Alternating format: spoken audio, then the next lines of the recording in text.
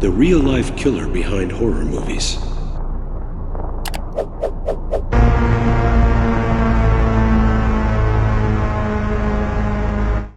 He lived alone in an old farmhouse in Wisconsin. The neighbors thought he was weird, but harmless, until a woman disappeared.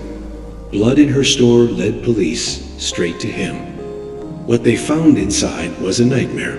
Lampshades made of human skin, masks made from real faces, skulls turned into soup bowls. He even wore a suit made of skin, so he could become his mother. His name was Ed Gein, and he inspired Psycho, the Texas Chainsaw Massacre, Silence of the Lambs. Now close your eyes and imagine living next door to him